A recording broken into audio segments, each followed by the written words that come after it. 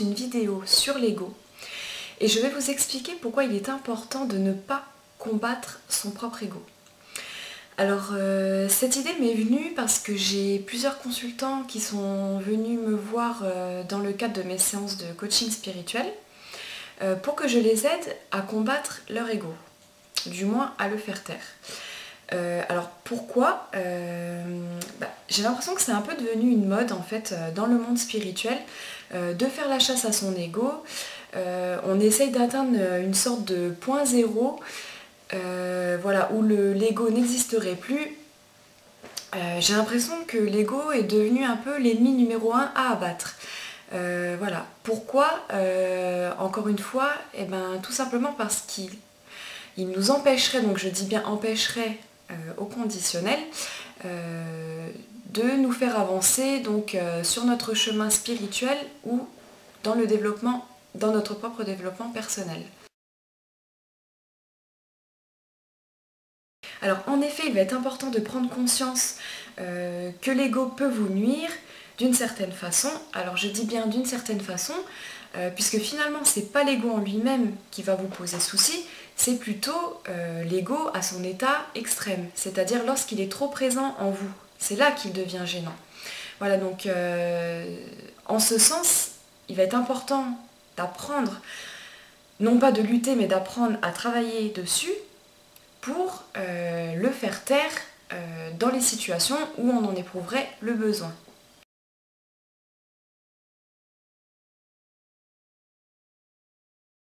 Alors le souci pour moi ici, c'est que j'ai l'impression qu'on s'attaque au problème, mais pas dans le bon sens. D'une manière générale, par exemple, quand on lutte contre quelque chose avec force, on a tendance à la renforcer. Et en plus de ça, on n'est pas du tout dans le lâcher-prise, ce qui n'est bien évidemment pas le but. Ici, pour moi, l'ego, c'est comme tout le reste, plus vous allez lutter contre et plus vous allez l'activer. Pourquoi ? Tout simplement parce que vous allez continuellement alimenter votre mental de cette lutte et c'est un cercle vicieux, le mental va alimenter l'ego et l'ego va alimenter le mental. Donc comment voulez-vous vous débarrasser d'une chose qui vous obsède, d'une chose qui alimente constamment votre mental, de manière consciente donc quand vous y pensez et de manière inconsciente le reste de la journée. Voilà. Donc là c'est pas possible. Ensuite, deuxième souci, en luttant contre le mental, vous vous placez en situation de rejet. Donc autant dire que vous vous placez tout de suite en situation d'échec. Or, encore une fois, l'ego, c'est comme tout le reste. Si vous voulez travailler dessus, il va d'abord falloir passer par la case acceptation. Voilà, donc il va falloir l'accepter. Il va falloir accepter qu'il soit là et surtout qu'il fasse partie de vous et que ça, vous ne pourrez rien y changer. Je pense qu'il ne faut pas oublier que le spirituel, c'est bien, mais on est là avant tout pour vivre une vie terrestre. Voilà, ça, il ne faut vraiment pas l'oublier, il faut vraiment le garder en tête. On est là pour vivre une vie terrestre et l'ego, s'il est là, c'est qu'il y a une bonne raison. Et il va falloir composer avec. En plus, tout le monde ne sera peut-être pas d'accord avec moi, mais moi je trouve que l'ego a aussi des bons côtés. De toute façon, encore une fois, s'il est là, c'est qu'il y a des raisons. C'est pas pour constamment nous mettre en situation d'échec. Il est là aussi pour nous aider dans certaines situations. Par exemple, il peut vous être utile pour vous aider à réagir efficacement dans certaines situations et bien entendu vous nuire dans d'autres. Mais voilà, le principal, c'est qu'il va vraiment falloir prendre conscience que cet ego est là en vous avec ses bons côtés et ses mauvais côtés. Et il va falloir accepter avant tout toute cette partie-là. Ensuite, il y a une troisième raison donc, qui me tient à cœur pour laquelle je voulais faire cette vidéo, c'est que je vois énormément de gens qui viennent me parler à travers ma page ou que je vois tout simplement poster des commentaires sur Facebook ou des statuts et qui se rendent mais carrément malades à cause de cette histoire d'ego. Il y a beaucoup de gens par exemple qui essayent d'évoluer dans leur capacité médiumnique ou capacité spirituelle et qui attaquent leur ego en disant que c'est la faute de l'ego, qu'ils n'arrivent pas à le faire taire, du coup ils n'arrivent pas à avancer. On voit de tout, on voit vraiment de tout. Comme je disais au début de la vidéo, c'est vraiment devenu une mode de chasser cet ego. Et tant qu'il est là, les gens se rendent malades. Je vois beaucoup de gens qui culpabilisent. Non, il faut arrêter avec tout ça. Ça va devenir une vraie maladie. Il faut arrêter le carnage. Non, vraiment, c'est plus possible.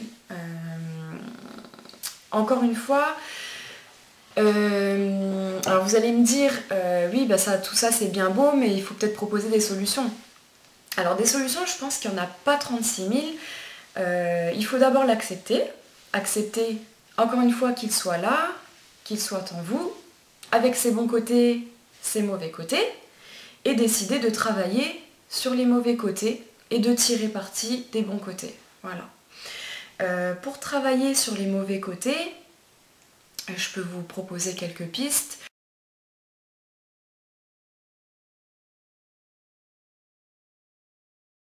Alors d'abord, ne pas abandonner pour autant votre travail sur l'ego. Donc je dis bien le travail et pas la lutte. La lutte, vous l'oubliez. Ensuite, je vous invite vraiment à reconsidérer votre vision de la question, donc votre vision de l'ego. Cet ego n'a pas que des mauvais côtés. Avoir un ego, c'est pas une tare, loin de là. Il y a des millions de raisons valables pour lesquelles nous avons un ego qui fait partie intégrante de notre être. Voilà, donc il faut vraiment composer avec et je vous assure que ça va vraiment vous aider à ne plus créer des sentiments d'impuissance et de culpabilité en vous et ça c'est vraiment très important. Vous n'évoluez pas dans le monde spirituel pour au final vous sentir mal, c'est pas du tout le but. Voilà, moi ma vision vraiment du monde spirituel, c'est qu'il doit vraiment vous aider à vous développer personnellement. Voilà, c'est vraiment, il est vraiment en parallèle, se situe vraiment en parallèle avec le bien-être, la qualité de vie et le développement personnel d'une manière générale. Voilà, c'est en tout cas ma vision des choses. Ensuite, je vous propose une piste qui est pour moi très intéressante et qui m'a grandement aidée. C'est de, tout comme je vous l'avais proposé dans la vidéo sur le lâcher-prise, c'est de vous entraîner à prendre conscience de votre ego à chaque fois qu'il refait surface, de manière appropriée bien entendu. Par exemple, vous êtes dans une situation de conflit et hop, votre ego refait surface, de ce même fait devient gênant et vous vous dites tiens, ah là j'ai réagi avec mon ego, je n'ai pas réagi comme il fallait. Voilà, donc là il ne s'agit pas de culpabiliser, il s'agit juste d'accepter que vous ayez réagi ainsi.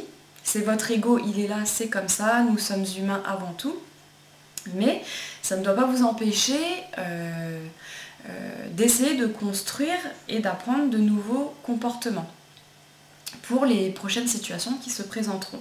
Je peux vous donner un exemple concret qui, à mon avis, se présente souvent en chacun de nous.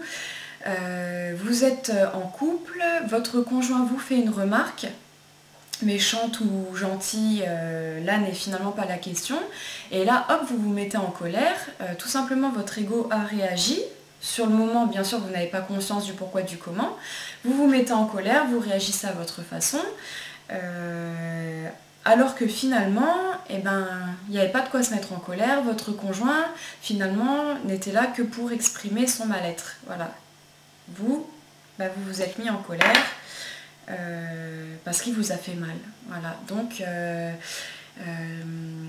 cette remarque vous a fait mal parce qu'elle entre en résonance avec vos blessures, donc ce qu'on peut appeler plus généralement des blessures d'âme. Voilà, donc j'espère que cette vidéo vous aura plu et vous aura aidé. Je vous dis à très bientôt.